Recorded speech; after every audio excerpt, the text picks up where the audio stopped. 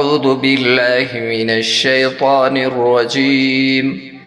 بسم الله الرحمن الرحيم على الجودي وقيل بعدا للقوم الظالمين ونادى نوح ربه فقال رب إن ابني من أهلي وإن وعدك الحق وأنت أحكم الحاكمين صدق الله العظيم والسلام عليكم ورحمة الله وبركاته.